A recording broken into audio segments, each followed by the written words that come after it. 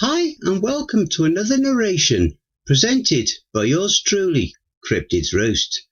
Please be so kind as to throat punch the like button and smack the ass of the subscription button as well. And remember to tap that notification bell and then select all. That way you'll receive all notifications each time I upload a new video. So grab your coffee, sit back and enjoy the show. And don't forget, where fear is, happiness is not. Nosferatu Nacht. This awesome story is written by Corpse Child. For just over 15 years, Berkshire, England, in its bright and wondrous splendour, was the breeding ground for joy and cheer. Every year, the denizens of the city gathered around the centre of the square to share the tales of the otherworldly, tales of goblins and elves, of wizards and witches, tales of heroism and valour. This particular holiday was known to them as Law Night, the one time of year where any patron, young and old, were invited to come from any and all countries and cultures in the world. Law Night always began upon the setting sun and would seldom end until the rising dawn. Of course, food and the best of the freshly brewed ale were always anticipated on this night. Fresh killed and adeptly prepared game, accompanied by what would be compared to at least 2 full-grown fields of delicious crops. On select few occasions, it was said there'd even be music being played as the tales of the larger-than-life were being told. The best aspect of Law Night, according to most in Berkshire, was when one storyteller would subtly attempt to weave their tale in such a way that would attempt to outdo the other tales being told that night. For example, 2 years back, a young lad captivated all in attendance beyond all others with his tale of a fierce and virtuous warrior that would conquer beasts and dragons alike for the protection of his kingdom. Another tale that was applauded above all others, one particular Law Night, was spoken by a Norwegian sailor who regaled his own account of encountering and defending his vessel against the wrath of the damnable Draugr. Until tonight, this tale was considered to be incontestable in its popularity among the commoners in Berkshire. This Law Night, however, would shift the very history of Berkshire, forming an irreparable crimson stain on its otherwise joyous visage. This year's Law Night began like every year before it. The excited and anxious storytellers began to amass in the centre of the city, where at least 3 cords of dry logs lay neatly prepared for the token bonfire that would blaze bright through the night's festivities. Long tables of food and drink began being prepared. The market clerk, who always ran the meat and produce stands, was, as always, had been from the prior years on this night, at the forefront of preparing the holiday's feast. On this occasion, however, he was determined to make this year's Law Night feast bigger and more gluttonous than any before, and any to come. The timbermen of Berkshire began to double the size of the festive pyre as an insurance of its continuous burning. It seemed that the commoners intended for this year's Law Night to be the biggest and boldest of them all, as if it may be their last, and for many of them this would indeed be their very last. The setting sun saw the lighting of the festive pyre in the centre of town. Many gasped in awe and excitement at the monumental height of the hungry, scorching flames, easily tripled the height and overall size of years before. At this, the mass hastily flocked to the tables adorned for the gratuitous feast. Indeed, the market clerk and those in his assistance had outdone themselves, for even upon the setting sun's last glimmer, many were still preoccupied with gorging themselves on the delectable meal and were unable to tell their tales they had prepared all year for on this night. That is, except for one man. This man, in fact, declined silently to partake in the feast. No one saw him touch so much as a single crumb from the bountiful buffet. 1 or 2 individuals approached him, attempting to extend warm invitations to join in the bountiful banquet. The stranger answered these advances with only a cold, stoic and malignant stare. Upon witnessing this behaviour from the stranger, many in the congregated mass began to feel the slight chill crawl up their spines as they observed the stranger lingering near the festive bonfire, whose heat began to grow so immense as to be felt by all in the nearby vicinity. Even as the heat of the blaze intensified, however, the stranger wouldn't remove the long, dark, ashen grey trench coat whose collar was erected upwards to conceal his face, only exposing the eyes under the brim of his pitch-black, wide-brimmed hat. As he stood so close to the pyre that the congregation began to wonder what kept him from being set ablaze himself. The features of the strangers, or rather the lack thereof, became more pronounced. The muted stranger's eyes were covered in red, raging veins, giving them an appearance not wholly dissimilar to a rabid animal. The irises were as devoid of hue as the trench coat that concealed his features from view. In the centre, however, the stranger's pupils were somehow even darker than the night sky from above, as if looking into them could cause one to be stripped of their soul in a matter of mere seconds.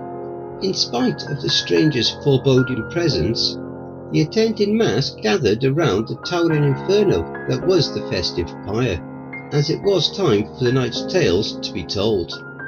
However, despite the full year's time spent preparing for this very moment, none in attendance could remember what stories they came to tell. None, that is, except for the stranger, whose gaze still fixed on the dance of the large flames before them all. "So you've gathered here for stories, have you?" uttered a cracked, hoarse voice, as if the speech was performed under some sort of intense strain on the vocal cords. Though hoarse and strained the words were, every individual ear had perceived them. There was a clear stance of absolute certainty in everyone's minds that the voice was indeed that of the stranger who, until that very moment, remained distantly cold and completely mute. The sudden shift in the stranger's behaviour caused the attending mass to take aback in shock. "I will share a story with you all. A story to make you realise the mistake you've all made, and have made for a generation now." At this statement, a dreadful chill overtook the wind's breeze, causing the patrons to shiver, despite the ever-blazing inferno before them. This abrupt change in temperature caused some to position themselves closer to the flames in a feeble attempt to find some semblance of warmth in the midst of the suddenly chilling air, an attempt that proved futile, as if the very essence of the flame's natural heat had been taken away, leaving them to dance wildly about atop the festive pyre. This abrupt phenomena, coupled with the formerly mute and mysterious stranger's threatening and rather ominous statement, forced an air of unease and a jarring sense of dread to spread throughout the congregation. "None of you believe in the entities in whose names you forge these tales of fiction from, effectively desecrating the respect and fear they once were due." None of the patrons in the present mass knew how to comprehend the mystery stranger's abrasive claims. Surely they optimistically thought this facade is nothing except a mere act as a tactic for captivating the audience's attention. This was Lawn Night, a night of fun and cheer in the regalia of folk legends of elder days and the told tales moulded by the machinations of eager imaginations, not the grim and macabre as was implied by the stranger. "The tale I tell you now is the story of my land from which I hail. Take special care to listen, for then penance comes upon you all. You may then know in your beating hearts and your tortured souls the full extent of those you and your mockeries have disgraced. This tale," the stranger began, remaining stiff as if he were a statue cut from marble or granite, with his unwaveringly menacing glare eternally fixed within the festive pyre's flames. "Begins with the priest of my native land, Father Dirkenschau. You see, the father was a good man, a righteous man, Holy as he was, the wills and righteous ways of the God Most High blinded the good father to the dangerous arrogance of closing his mind to the powers beyond the grasp of even the Heavenly Father's might to contest. As the stranger continued his blasphemous, macabre narrative, a stench of decay and formaldehyde laced the air that they breathed by the congregated audience, forcing more than many of them to begin to gag, whilst others attending the banquet they enjoyed profusely from being emptied from their stomachs as the offensive odour continued to pollute the formerly fresh air. Father Dirkenshaw, The stranger continued, had no tolerance for any such aspect of life that was not deemed as being of God's will. Much like you all, Father Dirkenshaw was all too swift to brush away anything deemed not of holy merit, as but mere illusions of deluded and perverted minds. Like all of you, the father conducted his life in this manner for many a generational cycle, blissfully ignorant of the forces that play beyond the sacred rites of the Christian faith. The flames began to shift colour from the bright orange to an infernal red. All at once the formerly lost heat returned twofold, forcing the patrons to profusely sweat. Beyond the mild physical discomfort, however, was an infernal terror that this, as well as the previous phenomena, must in some way or other be connected to the stranger. This collectively agreed upon conclusion was not voiced by any, however, so as not to draw any undesirable attention to themselves, as well as to feed their equally growing sense of morbid curiosity in hearing exactly where the stranger's story would go next. The stranger's eyes widened, further pronouncing their disturbing appearance. That is, He continued, his voice further distorting with each uttered word, until the arrival of a conjurer whose very nature could and did challenge the will of the church. No one knows where he wandered from, as no one could remember any interaction with him. They didn't even know of his name. The surrounding darkness outside of the immediate radius of the bonfire's light began to crawl inward, close to the towering blaze, engulfing nearly all of the congregated patrons, leaving only a select few to be spared from the shadows by the ever-raging fire's light. Whimpers of terrified anxiety rose amongst them as they prepared to lose sight of each other in the encroaching void, whilst the stranger, still illuminated in the glow of the blaze, continued regaling them of his ghostly testament.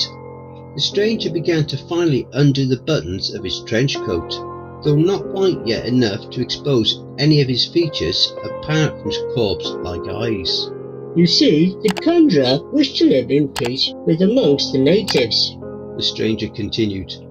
His cold, sinister gaze appeared to cause the flames to dance more viciously upon the festive pyre than before.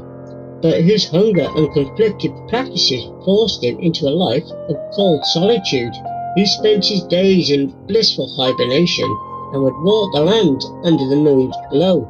That alone, while trivial and mysterious to the commoners, was not what caused them to shun him. It was his unnatural palate for living blood.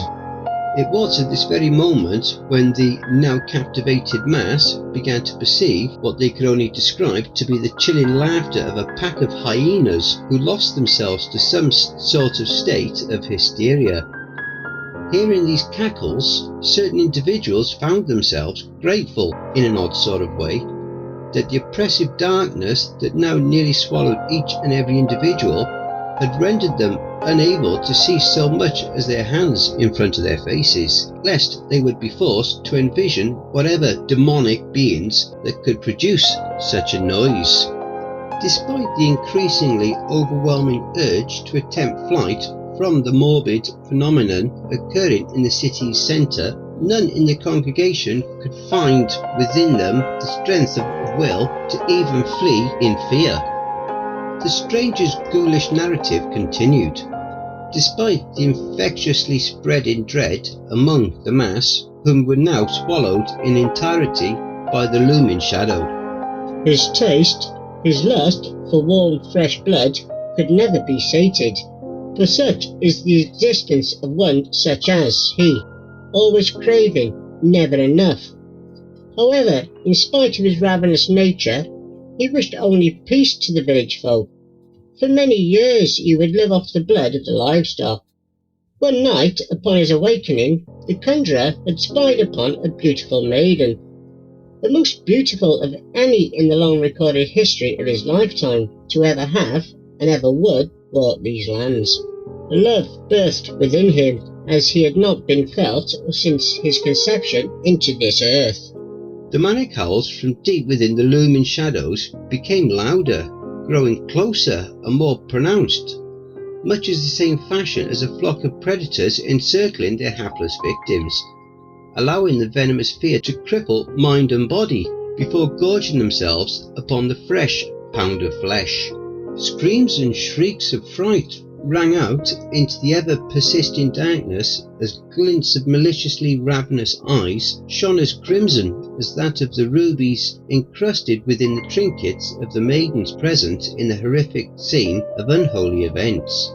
Having left with no conceivable alternative for escaping the menacing darkness and whatever malevolent evils within, the mass began to congregate as close to the blazing festive pyre as was physically possible, yet still taking great care to space away from the stranger, as if wandering too close to his presence may see them afflicted by some nature of unsaintly power that he may supposedly possess. Would be thy lordly given name, sir, from the distant lands beyond? She asked the mysterious conjurer. The stranger's narrative continued. To this, the conjurer spoke to her the very name that reigns the utmost supremacy in the land that I hail. I, my sweet delicate blossom, am Lord Vladimir Claviclus of the Eastern Kingdoms.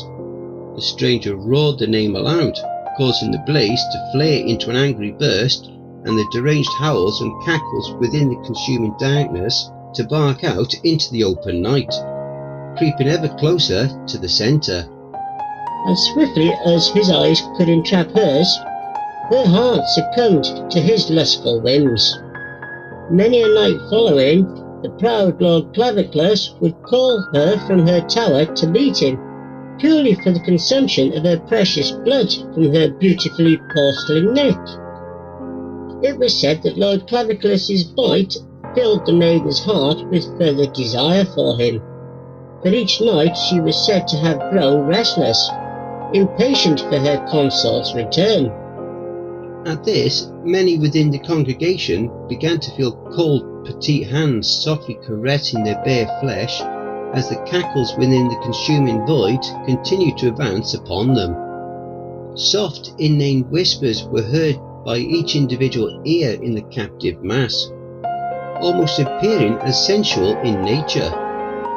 The stranger, of whose damning glare never arrested from the ceaseless fury of furious flames within the festive pyre, continued whilst his voice further stripped away into a malicious rattle of pure hatred as his tale went on.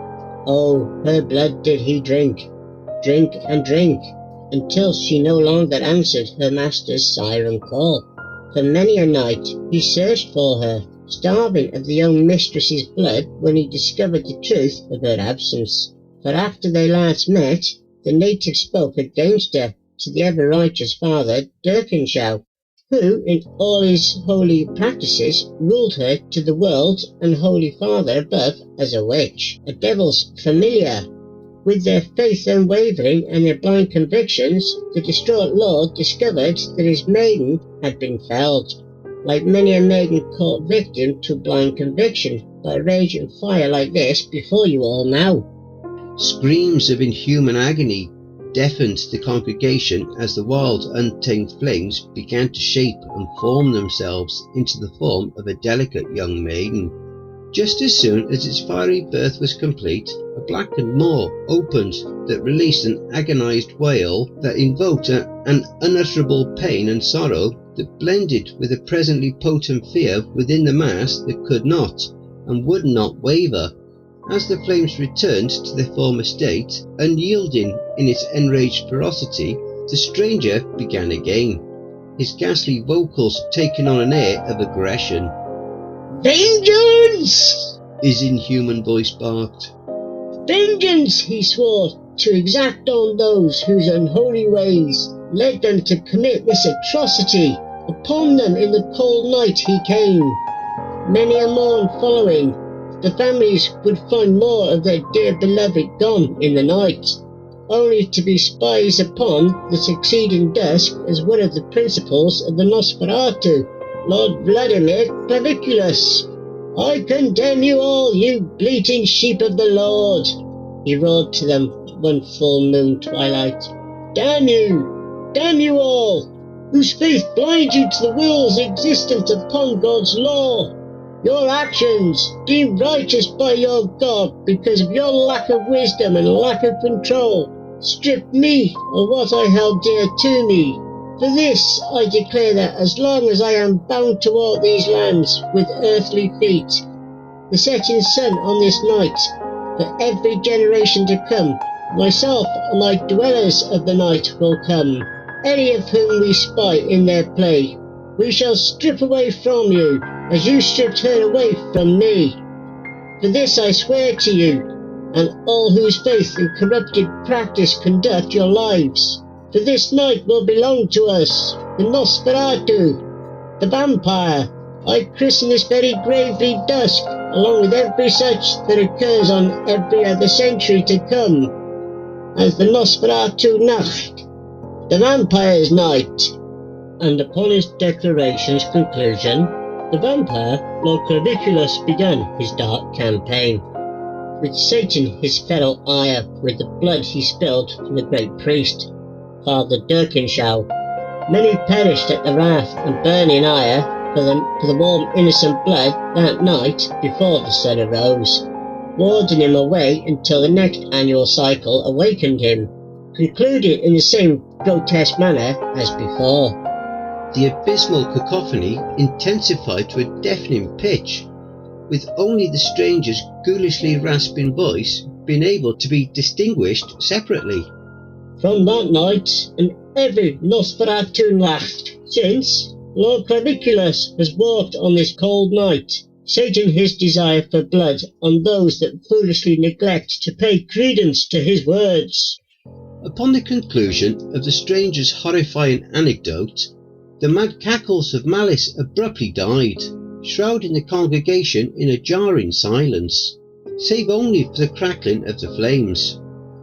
As the stranger began to remove his trench coat and hat for the first time, revealing a gaunt and bony face bound with grey, clammy flesh pulled taut over his skull, and long wispy strands of albino hair, his cold blue dead lips began to part upwards into a deranged vulpine grin that exposed unnaturally long, thin canine molars, as sharp as the nobleman's dagger. Upon sight of this, a young maiden from the terror-stricken audience squealed out, "Who are you?" The stranger, steering his gaze away from the festive pyre for the first time, fixed his eyes to her. My dear delicate blossom, I am Lord Vladimir Claviculus of the Eastern Kingdoms, and tonight is Nosferatu Nacht, the vampire's night. At the chilling revelation, the blazing fire burst skyward defiantly into the air to illuminate the horde of beasts that took residence in lurking darkness only moments before, each and every one of them bearing their vicious fangs. For indeed, these were the disciples of the vampire Claviculus. No sooner than the first squeals of hysteria was let out that the stranger, the vampire, Lord Claviculus, bared his own fangs, rolling his eyes back into his skull with pleasure as he clamped his jaw around the young maiden's neck, savouring every last amount of crimson he could take from her. As he rose from her, now stripped of life, the once furious flames abruptly ceased, shrouding the helpless mass in complete darkness as the Nosferatu came upon them. Try as they might, none of the commoners could escape the inhuman and supernatural clutches of the scourging beasts, as they were swept away and torn apart like a herd of lamb in the midst of the wolves' den. from what must have been every direction in the impossible looming darkness. No cries for mercy were heard or heeded when the sun rose that morn. Silence had laid its claim to Berkshire. All that remained of the events of the accursed night were the smouldering embers of the festive pyre and the mutilated and exsanguinated remains of the law night mass, now set to become eternally bound to the tradition of the Nosferatu Nacht. Don't forget, if you enjoyed that story, be sure to pop over to the author's Reddit profile and drop them a line, or even give them a glowing review. I'm sure they really would appreciate it. The link to their Reddit profile will be below in the description. Please be so kind as to throat punch the like button and smack the ass of the subscription button as well. And remember to tap the notification bell and then select all. That way you'll receive all notifications each time I upload a new video. Oh, and don't forget to share the video far and wide. This will all help with YouTube's algorithm and will help to promote this channel more. And don't forget to check out the merch store. The link will be in the description and also in the video thumbnail. And if you would like an honourable mention, send in a snapshot of yourself with your purchase and I'll feature it in one of the videos. I now have my very own subreddit community where you can submit any stories you've written. You can submit your stories or encounters either there or send them to cryptidsroost@gmail.com. If you wish to remain anonymous, that's fine with me. All the links are below. I also have a Facebook group, Twitter, Reddit, and you'll also find me on Discord. If you would like to support this channel and help make it grow, my PayPal is paypal.me/cryptidsroost. Again, that will also be below. And don't forget, where fear is, happiness is not.